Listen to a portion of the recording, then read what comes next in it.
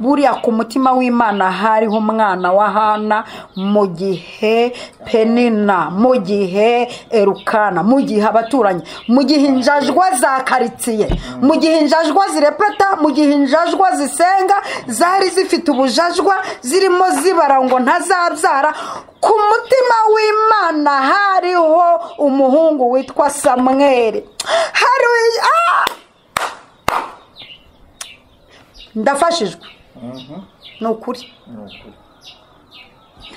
Abantu bari bazana amatiku ngo Hana baye ingomba, Penina akazana amatiku ati ntuzongera kumfatira ku bana. Abantu bari bazana ubujajwa ngo azafata byaye, twari tubizi. Nubundi uzi ko abantu batinyuka bakavuga ati nunaka nta numuragira, so mujena koroga wagukurikiranye, siwe muganga wayiguteruyemo. Ariko umuntu akazana ubujajwa ati ndabizi neza amatirisi bayimuteruyemo. Nkwivuze gutyo bugacyuka abantu umuntu aratwite, amagambo wavuze ubundi yagarurira. Ubu ari abantu biteze mu magambo. Hari abantu bitega bagashiduka bashwawe. Ikiri ku mutima w'Imana yo yakirekuye. Kandi ikintu kiri ku mutima w'Imana igiye kukirekura kugira ngo ishwaze abantu bagufasha ijambo mada. Imana igiye kurekura ikiri ku mutima w'Imana kugira ngo ishwaze abantu sha. Yes, reka mbashimira mu izina rya Yesu Kristo wa Nazareti. Iyi ni Prophetess Mama Lionel ihuye na Evangelist Mama Lionel. Ono kuvuga ngo nimuzabona ikiganiro hamwe muzanaze no kukireba n'ahandi niho amavuta aziyongera cyane. Aho kugira ngo urebe video uyisubiramo ahubwo reba kuri Evangelist niba ari usohoke usukiye ujye no kuri Prophetess wongera urebe niwumva udahaze ugaruke kuri Evangelist ariko wireba video wisubiramo suje abantu bari mu majyepfo amajyaruguru wasirazuba n'uburengerazuba mujyi wa Kigali intara ya gatatu y'abadiaspora abantu bakunda Mama Lionel. Mana y'amahoro baho umugisha kandi bishimye cyane. Uyu munsi ndabasuhuje mu izina rya Yesu Kristo wa Nazareti. Abantu twabanye mu materaniro aho yagiye abwiriza agiye atandukanye, abantu bazi yuko bagiye guforomata. Haleluya. Gahunda no guforomata. Abashatse kwegura gatwe kugira ngo barwanye iyerekwa ryawe no kubaforomata. Nituvuga guforomata babyumva ku bagabo banyu n'abagore banyu n'abashiri banyu. Ndabiforomasi.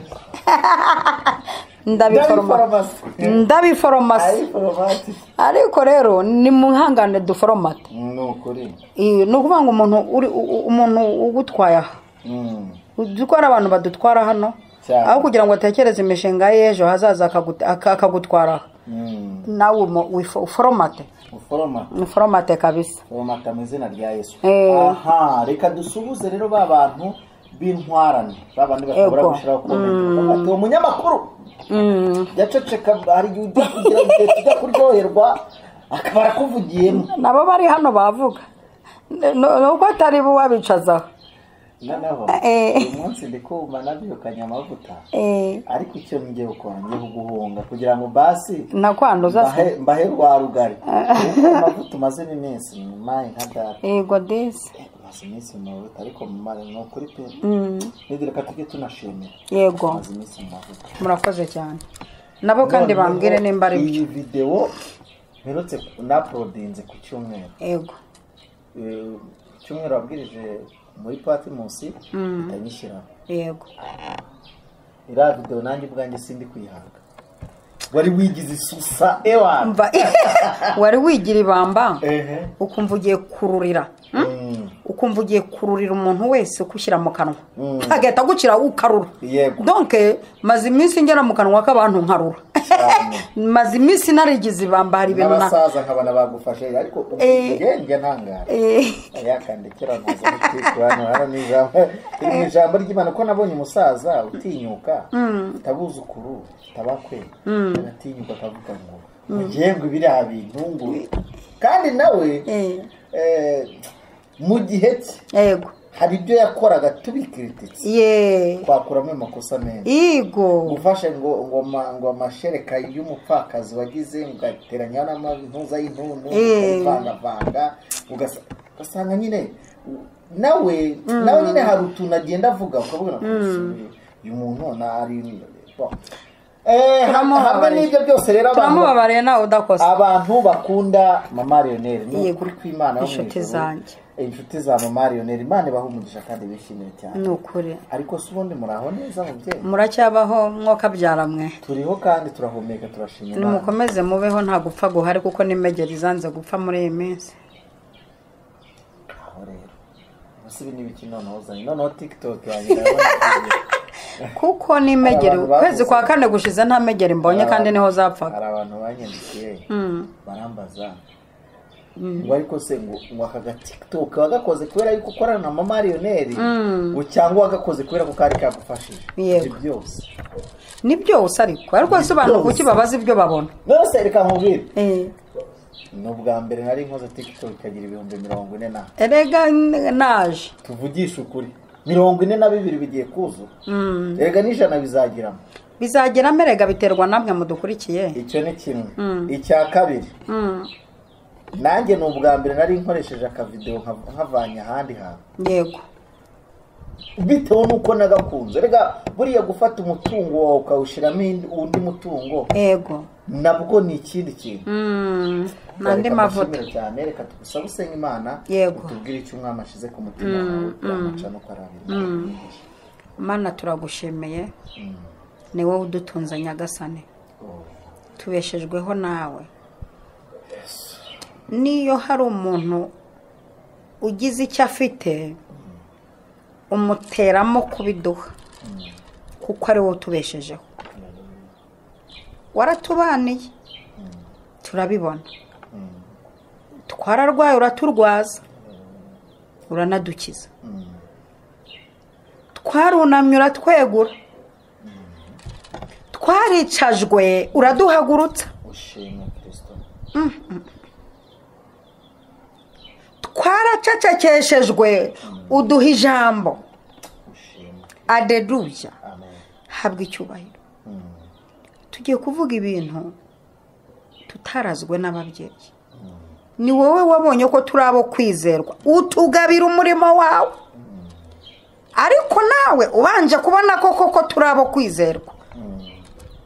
Warabanje uragenzura ubona ibi bintu bimpaye nabivuga kandi ubona sinagupfobya.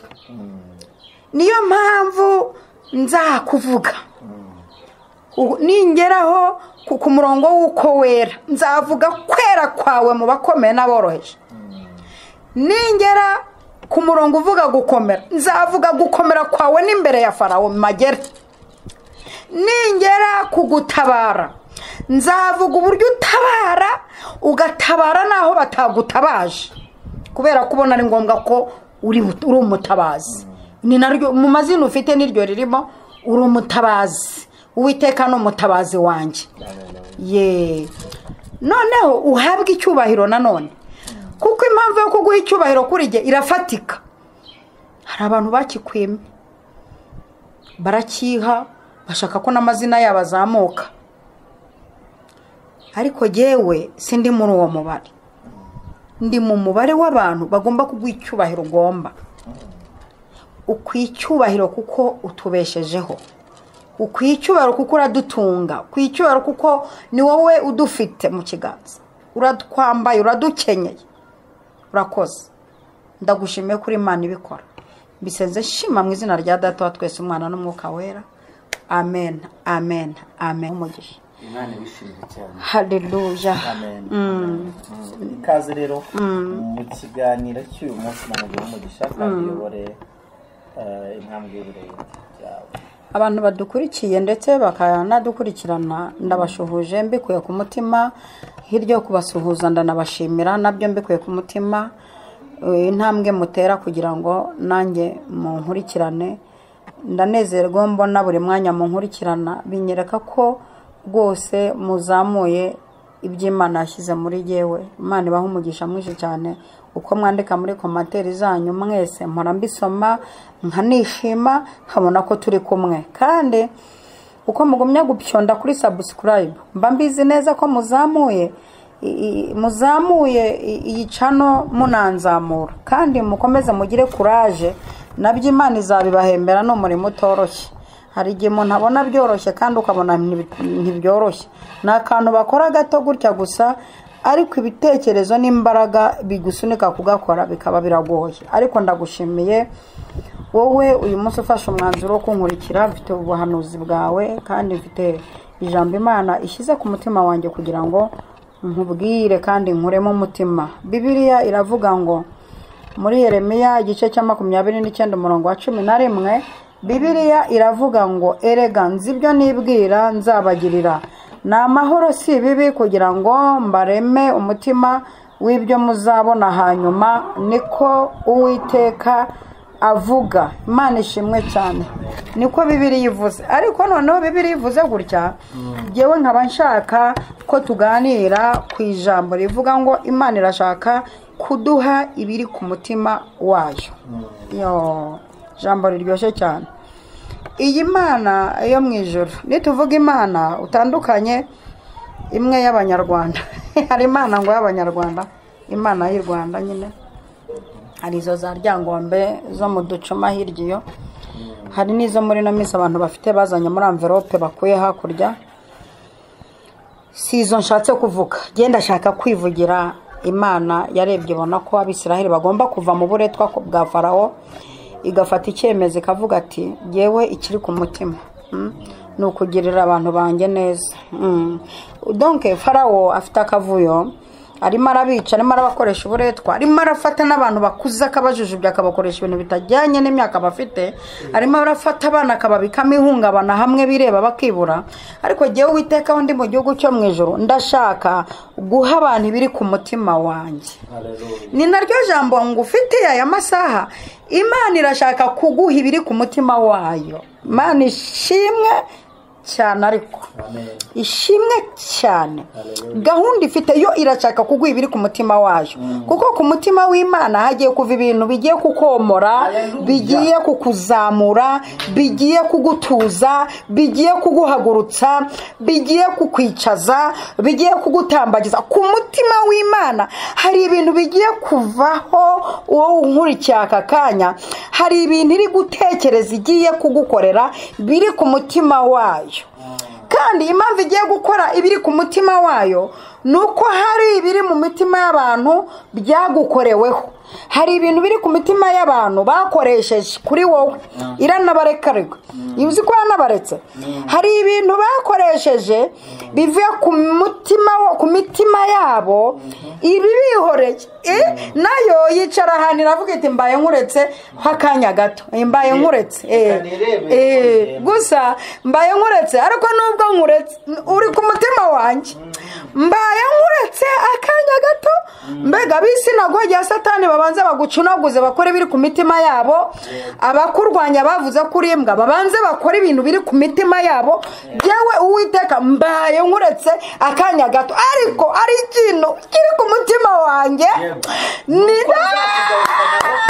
Nzakugarukaho mfite umutima w'imbabazi, kuko nzakugarukaho hari ikintu kiri ku mutima wanjye. Nzaza nzanye ndafashijwe. Umuntu uri hano nkurikiye afasha tere haleluya, nuca kwitere wirukanka. Hari ikintu jye mbitse ku mutima wanjye. Itonde, mwafashe ijambo, munywa agacupa mumuvuga, munywa akacyayi mumuvuga, murya agashingwa ryinyo mumuvuga. Ku mitima yanyu mumubitse nabi, mubitse inzika muzakora nk'iyo Farawo yari afite. Ariko nakuzana ijambo rivuga ngo Imana irashaka kuduha ibiri ku mutima wayo. Amina cyane. Haleluya. Irashaka kuduha, si kera, sejo bundi, n'uyu munsi irashaka kuduha ibintu biri ku mutima wayo, kuko amagambo yabashize ivuga. Ibyo bakoze yarabibonye, uburyo bakwandagaje yarabibonye, uburyo bavuze ko ntacyo uzageraho yarabibonye, uburyo bavuze ko ntacyo uzimarira yarabibonye. Ibyo byose yarabibonye. Inama bakoze yarabibonye, akagambane bakoze yarabibonye, amarozi batobye yarabibonye, ibyifuzo byabo yarabibonye, telefone zahamagaranye yarabibonye. Irabo nayo ibikuretse. ibikuretse ugira ngo ntihari, wasenga ntinavuge ukagira ngo ntihari, wayihimbaza ukabona ntirimiza ukagira ngo ntihari, wayibwira uti Mana ntabara ntigatinda ukagira ngo ntihari. havuga iti reka mbe nkuretse akanya gato, ariko itagetinze kuguha ikintu kiri ku mutima wayo. Mana we mvugira ngo amina. Umunsi umwe Farawo yaramuretse, iravuga iti ntacyo, reka nkureke ubanze wikinangure, ubapyinagaze, ubarize, ubababaze, ubakoresha uburetwa, ubakubita ibiboko, ubica urupfu rwa nabi, nanjye ndaba mbaretse. ariko hari kiri ku mutima wanjye, kandi kiri ku mutima wanjye ningipfundura hazapfa ingabo nyinshi. Jewe ningipfundura ikintu kiri ku mutima wanjye Uwiteka, Farawo we uzamenya icyo ndicyo. Munsi umwe Uwiteka ategura kubaha ikiri ku mutima we. Yafashe ingabo z'abanyagiputa arazica, arazirangiza, afata amagara aramanyagura, afata amafarashi arubika, afata imitwe y'ingabo araniga, arangije afata bene data bambutsa hariya hakurya i Kanani, batangira kuririmba, kuko yagombaga gukora ikiri ku mutima wayo. Nje kukuremesha umutima nkubwira ko hari ibintu Imana igiye gukora biri ku mutima wayo. Ndibuka umunsi umwe Pawulo yambuka inyanja, bari mu nkugira imenetse arambuka agera hakurya bigoye na bagenzi be. Inkugi imenetse, harimo abantu batazi koga nkanjye, bafata akabaho k'inkuge, kimene cy'inkuge, baravuga ati uko biri kose twari mu nkuge kandi inkuge twari tuyirindiwemo, reka dufate byibuze akabaho cyangwa ikimene cy'inkuge. Turabizi neza ko amavuta n'imbaraga biri muri no nkuge, turi bwambukiro tukagera hakurya. Bageze hakurya ngo abantu babacanira umuriro, babacaniye umuriro mu rwego rwo kubamara imbeho, ariko hakururukamo ikintu cyitwa inshira ibafasha ku gikonjo. Ababacaniye umuriro, ndashaka kuvuga imitima y'ababacaniye imiriro, ibintu itekereza kuri mwe uburyo bitandukanye n'iby'Imana iri gutekereza kuri mwebwe. Aleluya cyane. Abantu bari babacaniye umuriro babonye inzoka irumye Pawulo, batangira kuvuga ngo bagiye kubyimba. Pawulo arabizimba kabiri, arapfa akindutse. Ikiyongereyeho idacurwa kibera ibakojeje isoni, aho bahereye bigira. Hari abantu baba baduteza iminsi ngo tumaze iminsi twigira, twe ntabwo twigira, turagirishwa. Ni Mwuka w'Uwiteka udukoresha, twe ntitwikoresha. Aho bahereye barizamuye, aho bahereye barafashe mikoro, aho bahereye baramenyekanye. Idacurwa kibera iramugaragaje, nadapfa byimbye arapfa akindutse. Abapagani bamukatira urugo gupfa byimbye no gukinduka, kuko nibyo byari mu mitima yabo. Bari abantu nubwo bazanye inkwi zigaragaza ko baje kubavura imbeho, ariko Bibiliya yagaragaje ko mu mitima yabo harimo kubagirira nabi, kuko amagambo bavuze nyuma yo kubacanira inkwi niyo akaze kuruta ibyo bakoze. Ariko abantu munkurikiye mufasha kumvira ijambo, utagira ngo abantu bose bakwereke neza mu mitima yabo irimo, ntabwo irimo. Si bose, ariko bamwe mu bakwereka ineza n'ururimi rwiza, mu mitima yabo ntabwo irimo. Hari ababikora mu rwego rwo kugira ngo bakwiyegereze, bakurangize, bakurandure. Uti gute? Nk'aba bantu bazanye inkwi bacanira Pawulo, ariko amagambo bavuze inzoka ibonetse, amagambo yari ari hirya y'izo nkwi yagaragaye ari uko inzoka imurumye. Bagatinyuka bakavuga bati arapfa byimbye arakinduka. Wakwemera ko aya magambo yari muri bo igihe bagaragazaga ngo tubazaniye inkwi? Mana we mfashe iki kintu bacyumve. Wakwemera ko aya magambo bari bayafite? Wakwemera hirya yo kubona inkwi no kubacanira ngo bashire imbeho, wari kwemera ko bafite aya magambo yo kuvuga ngo arapfa byimbye arakinduka? Ndebera aya magambo akingirije inkwi, aya magambo akingirije neza, aya magambo akingirije imbabazi, aya magambo ndebera aya magambo basohoye babonye ishiri murumye bikoreye inkwi bazizanye wari gukeka ko bafite amagambo yo kuvuga ngo arapfa byimbye, bazibatura imbere wari gukeka ko bafite amagambo yo kuvuga ngo arakinduka, barimo bagaragaza ko baje kubamara imbeho wari gukeka ko bafite ariya magambo avuga ngo idacurwa kiberira bagaragaje. Ugira ngo umuntu wese uguha 5 cyangwa 10, abenshi baba bafite muri b'amagambo bazavuga nyuma y'ibyo. Ninde wari kwemera ko nyuma y'inkwi bazanye ngo babamara imbeho? Uyu muntu wazanye inkwi ninde wari kwemera ko muri we afite ijambo rivuga ngo idacurwa kiberira bagaragaje? Uyu muntu waje wikoreye inkwi ngo bashire imbeho ninde wari kwemera ko muri we afitemo ijambo rivuga ngo ibintu ni bibiri, arapfa byimbye arapfa kindutse? Ibi bintu wabihuza ute n'umuntu wakuzaniye inkwi ngo ushire imbeho ariko yibitsemo ijambo rivuga ngo arapfa kindutse? Oya, huza ibi bintu ariko biri mu mitima y'abantu. Ibi bintu biri mu mitima y'abantu bakazana inkwi ariko hari ibintu biri mu mitima y'abantu. Imana ikabareka, ariko Imana irabareka ibamaramo amagambo ifite ikintu kiri ku mutima wayo ishaka gukora. Muvuga ngo amina. Amen. Imana irangije amagambo bashizemo inshirana y'amenyo ashize ubumara bwashiriye muri Paulo, irabareka bagenzi be bamwoskotinze bari mu mvugire ngo Imana. Paulo ragaye skotingwa yari kumwe n'abantu bavuga bati mu mvugire ngo Imana, mu mvugire ngo Imana. Se babonye ishira bakomeje kuvuga ngo ni mu mvugire ngo Imana. Nababa bantu burya bahita batega amatwi bariya bari kuvuga ngo ibintu nibibiri arapfa byimbye arapfa kindutse. Ariko ngo Paulo akomeza umurimo kuko azi icyo Imana yibwira kumugirira, azi kiri ku mutima wayo.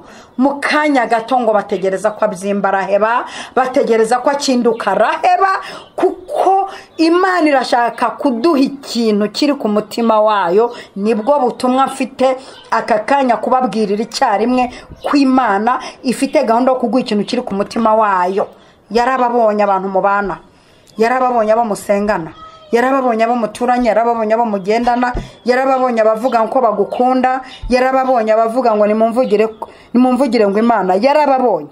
Iyi Mana rero ashaka kuguha ikintu kiri ku mutima wayo. Imana ishimwe cyane. Negereza ku musozo, Imana ibaha umugisha. Umunsi bafata Paulo na Silas bakabafungira muri gereza, bafunzwe bakubiswe, bafunzwe nta jambo bafite, babahambiriye mu mbago, niko Bibiliya ivuga ngo bafungwana n'izindi mbohe, babashyiraho abarinzi ngo mu gicuku. Barangije baravuga batari nubwo twakubiswe, nubwo twasuzuguwe, nubwo turi hagati y'abapagani, nubwo bikaze, ariko turi kumva hari ikintu kiri ku mutima w'Imana cyenda gusohoka. Reka tugiprovoke, tuyihimbaze. Reka tuyihimbaze turebe ko iki kintu kiri ku mutima w'Imana twakizana. Erega iki kintu kiri ku mutima wayo kirahendahendwa. Iravuga ngo ndi Imana yemera guhendahendwa. Iki kintu kiri ku mutima w'Imana munshakana umwete muzambona, kirashakishwa. Haguruka turebe ko twakura ku mutima w'Imana iki kintu itekereza kuri wowe. Ngo bararirimba mu gicuku cya danje, ngo bafata umwanya wo guhimbaza Imana uko bayihimbaza gake gake, iminyururu baboke kadoho kuko bayihimbaza gake gake, imbohe zirabyumva nazo ziraboho kuko bayihimbaza gake gake, inzugi zirafunguka ko bayihimbaza gake gake, ijoro riratandukana. Barayihimbaje kugeza mu gitondo. Yuhimbaza Imana kugeza mu gitondo, kugeza igihe inzugi zifungukiye. Maze ngo mu gitondo imbohe zibonye imiryango ifunguye zigiye kwica Paulo na Silas, batumva wikwiyica, wikwigirira nabi, turahari twese. Hari Imana arifite ku mutima wayo, hari ikintu ashakaga kugaragaza kuri Paulo na Silas. Imana irashaka kuduha ibiri ku mutima wayo. Imana ishimwe cyane. Iri jambo nindivuga rimwe uryumve kabiri. buriya ku mutima w'Imana hariho umwana wa Hana mu gihe Penina, mu gihe Erukana, mu gihe abaturanyi, mu gihe injajwa za karitsiye, mu gihe injajwa zirepeta, mu gihe injajwa zisenga zari zifite ubujajwa zirimo zibara ngo ntazabyara. Ku mutima w'Imana hariho umuhungu witwa Samweli. Ndafashijwe ni ukuri. Abantu bari bazana amatiku ngo hana baye ingomba, Penina akazana amatiku ati ntuzongera kumfatira ku bana. Abantu bari bazana ubujajwa ngo azafata byaye, twari tubizi. Nubundi uzi ko abantu batinyuka bakavuga ati nunaka nta numuragira, so umujena koroga wagukurikiranye, siwe muganga wayiguteruyemo, ariko umuntu akazana ubujajwa ati ndabizi neza amatirisi bayimuteruyemo. Ntibivuze gutyo bugacyo ukabona umuntu aratwite, amagambo wavuze ubundi yagarurira. Ubu ari abantu biteze mu magambo. Hari abantu bitega bagashiduka bashwawe. Ikiri ku mutima w'Imana iyo yakirekuye, kandi ikintu kiri ku mutima w'Imana igiye kukirekura kugira ngo ishwaze aba bantu bagufashe ijambo mada. Imana igiye kurekura ikiri ku mutima w'Imana kugira ngo ishwaze aba bantu sha. Ku mutima w'Imana hariho umuhungu witwa Samweli igomba guhahana, igomba kumuhera mu gihe cyayo. Urumva amagambo abashiramo. Hana arazamuka ahunza amagambo ajya kuri nyiri ijambo, aravuga ati ari amagambo ndi kumva ariko ndashaka ijambo. Kuri ijambo rivuga ngo igendera amahoro. Muri igendera amahoro atwita Samweli.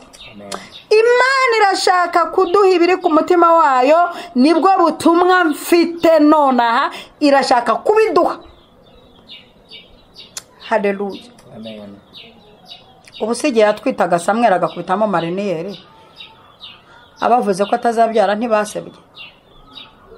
Ubusigiye bavugaga ngo sinzashaka ameze ku ishyiga ryo kwa Karisa, nambara agatimba ntibasebye. Ku mutima w'Imana harimo ko nzambara agatimba ku itariki 4 z'ukwa munani ku manywa y'ihangu nkasezerana. Ku mutima w'Imana hariho ko nzabyara abahungu 2 n'umukobwa kugeza izi saha. Ku mutima wayo byariho ko nzaba i Kigali, abavugaga ko nguye ku isuka yo kwa Marigarita. Ku mutima w'Imana hari ibintu biba biriho idakeneye ko munamenya mwebwe bene byo, igomba no kubika ku mutima wayo, kuko ibi bintu biri ku mutima w'Imana ishaka kuduha byo yarabibitse. Ngeza ahantu abarokore bakunda wengeza n'abanyamwuka bakeneye ibi bintu biri ku mutima wayo, byo yarabibitse ntiyanabikubwiye. Nzibyo nibwira jyawe nzakugirira, ntabaruvuga ngo amina.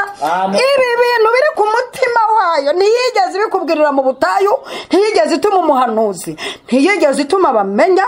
Ibi bintu biri ku mutima wayo nawe ntiyabikubwiye, ntiwabirose mu nzozi, ntiwigeze unabyiyumvamo, ntiwigeze ubihanurirwa, ntiwigeze ubibwirwa. Biri ku mutima wayo. Iki kintu kiri ku mutima wayo irashaka kukirekura muri iki cyumweru. Ntabare wowe wumvise iri jambo muri iki cyumweru, Imana igiye kurekura ibintu biri ku mutima wayo. Izi bintu yibwira nibagumye bavuge, nibagumye bacoke, nibagumye bazamura izina ryawe muri karitsiye, nibagumye babakwigeho kandi batarigeze bahabwa impamyabumenyi. Hari n'abantu batwigaho batarigeze bahabwa impamyabumenyi yo kwiga ku bantu. Nk'umuntu unyigaho nta mpamyabumenyi afite yo kwiga ku muntu, sibyo? Umuntu akitonda akiga nko ku muntu utarageze no muri garidiyene, ukitonda ukiga ku muntu utarigeze wiga na kaminuza, ugafata umwanya wo kwiga ku muntu. Uyu muntu uri kwigaho ku mutima w'Imana ari ijambo ibitsi igiye gukora ku buryo uri butakare, ukajya ugenda ukanura nkureba televiziyo. Ikiri ku mutima w'Imana cyarekutse. Imana ishimwe cyane. Umunsi rusaba mukabowazi ibyari mu mitima y'abantu bagiye kuvuga no gusobanya amagambo, ngo urabona ngo no mufakaze ngo aturutsima wabo ngo aza guhumba ngo afite nyirabukwe, ngo urabona ngo afite na mukeba we ngo wanze gukurikira nyirabukwe ngo aba yaje guhumba. No ku mutima w'Imana harimo ko azaba mukabowazi. Ikintu kiri ku mutima w'Imana ntabwo yegeze ikikubwira, kuko irabizi ko inakikubwiye hari n'abantu bakwica. Niyo mpamvu igiye kukirekura, kandi iki kintu igiye kurekura gitandukanye n'ibyo yagukoreye mu myaka ishize yo kubaho kwawe. Iki kintu kiba Mana ntabara iki kintu bacyumva. Iki kintu kiba kiri ku mutima w'Imana kubera ukuntu kiba ari kinini. Ikirekura muri cya gihe yabanje kugukorera support. ntabwo iki kintu hakira kuri tara kukoreye support. Hari igihe gutabara yarabanje kugutuza mu makaritsiye arimo na security. Ikavuga iti jyewe ndamuha imodoka security yarabonetse. Hari igihe gukorera ikintu iki kintu kiri ku mutima wo kubera ko kiba gikaze ikire kurara banje gukora security kavuga iti ngiye kumuha abana beza babiri b'impanga. Security nkoze ya mbere ni yikofe ku buryo azabyarira ku bitaro ashaka, azaryama hashaka, azatura hashaka. Ibanza kugikorera security. Buriya security y'Abisiraheli ni Mose yarekuye. Mose yaje ari nka security yaba bene wacu. Imana navuga itari security nohereje umwana w'umuhungu n'ubwo adedemanga. Ariko muri we harimo gusobanura ibintu bikomeye. Imana ishimwe cyane. Yohereza security ikomeye cyane. Mose aragenda abana naba arababungabunga akajya babwira amagambo abakomeza umutima, akajya babwira amagambo akomeye, akajya babwira amagambo yuko Imana izabagirira neza. Imana ikagize iti jyewe nzabageza mu gihugu security yabo yuzuye neza. Hari ubundi buryo bwa security bukaze ari bwo bw'umwuka wera. Yego. Uyu mwuka ni security kaze yibyaje ku mugore w'inshuti yanjye witwa Bikira Mariya. Uriya mudamu inshuti yanjye cyane. Uyu mugore Bikira Mariya haje security y'umwuka wera bazanye icyitwa amagambo atwite ikinyandaro tumaga kunguke. Umva Yosefu we baramusambanije uyu mugore si wawe. Haitaza security y'umwuka wera itimukingiriza ngo umwuka wera aramukingiriza. Amukingiriza mu ijambo riri muri nyina w'umwami Imana arangendereye. Umwuka wera aramukingiriza sura Yosefu aramubwira ati irongora umugeni wiga ntabwo ari y'abajama n'inda y'umwuka wera.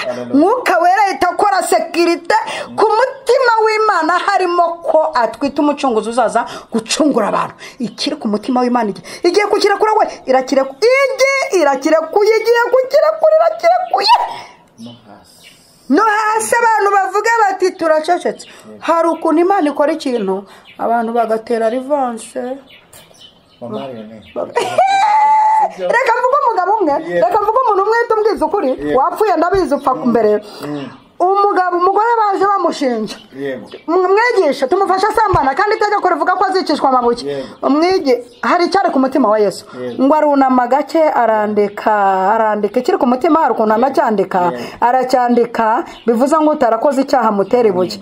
Ngo igihe harimo yandika ngo bagenda batera rivanse. Imana igiye gukora ikintu gituma abantu bagiye gutera rivanse basubireyo. Arangije aravuga tutarakoze icyaha nta mutera ibuye. Basubira inyuma sigara wenyine ati kora jomba. Yego. Igenda ikiri ku mutima w'Imana kigiye kugutandukanya n'abashinjacyaha. Dufite abantu badushinja intege nke badushinja ibintu ariko ikiri ku mutima w'Imana kigutandukanije n'abagushinja ibyo udakora. Alleluya komeza. Amen. Ndapfuye nanjye nashize uri rukumva umuntu rwose wanditse comment ngo sinzongere kuvuga manje nagusaba uburenganzira nihangana mvuga ijambo nawe ari wowe wavuga ni ijambo riri muri Yobu ibice 23 uzajyemo urisome umurongo wa 13 handitswe ngo iki haranditswe ngo ariko igira icyo yituma. Yego. Ninde wabasha kuyivuguruza? Kandi icyo umutima wayo ukunze nikikora. Yesu we turashize. Iyo yagize icyo yituma muri yo nikikora kiragituma. Yego. Ikavuga iti ndumva ari ikintu kindi mu wiki. Yewe nta mvuguruza. Nubwo ari bashizeho mandadare. Barangije baradekarara ibintu byose. Bavuze yuko atazabyara, bavuze ko atazashira. Ari kwigira icyo yituma. Ariko yakitumye. Kandi nta wayivuguruza. Yego. Irangije iramanuka yavuga toya ngo kandi ikiri ku mutima wayo icyo ibasha gukora nikikora we ntabwo wayo. Ibyo rero harimo gukora ubukwe, ibyo rero harimo kubaka inzu, harimo kubona kategori, ibyo rero harimo kubona perime, harimo kurira indege, harimo kubaka etaje, harimo gushaka neza, harimo gutabarwa, harimo gukira. Iki kintu kiri ku mutima wayo igira icyo yituma ku ninde wabasha kuyivuguruza, igira icyo itekereza ko byanga byakunda, icyo yagambiriye kuri wowe nta muntu wakugirira nabi niyo byagenda gute. Irati etakire dosankota she tekishare bosan. Mumbabarire nanjye sije mbitewe n'umwuka wera, ariko ayekire bosankotaya aya anesire kire bosankota sherekiye. Munyihanganire kuko Imana irashaka gukora, irashaka kuduha ibiri ku mutima wayo. Ibi bintu yagambiriye yashyize mu bikorwa irabirekuye. Akira ikiri ku mutima w'Imana. Maze iminsi urwana intambara z'abantu bakubitse mu mitima yabo bafite ubugome. Akira ikivuye ku mutima w'Imana, akira ubutabazi buvuye ku mutima w'Imana, akira amahoro avuye ku mutima w'Imana, akira amahirwe avuye ku mutima w'Imana. Imana ibahe umugisha. Ngiye kubasengera. Amen. Mwami nyiribe, mpesheje aba bantu ibiri ku mutima wawe. Wabaye ubaretse kugira ngo abantu banze barebe, nabo babanze barebe itime bagose. Igihe bari bagose Eliya, hari icyo yarubitse ku mutima, warubitseho umuriro ugomba kurekura. Amagambo abashizemo, urekura umuriro. Gira ibintu urekura. Uyu muntu watawe agarukirwa. Rekura inoti, uyu muntu wasebye atabarwe. Gira ibintu urekura bimenyekane ko hari Imana mu ijuru. Ndagushimiye kubanye n'ubu bwoko. Bisenze nshima mu izina rya Data wa twese, Umwana n'Umwuka wera. Amen. Amen. Shalom. Shalom.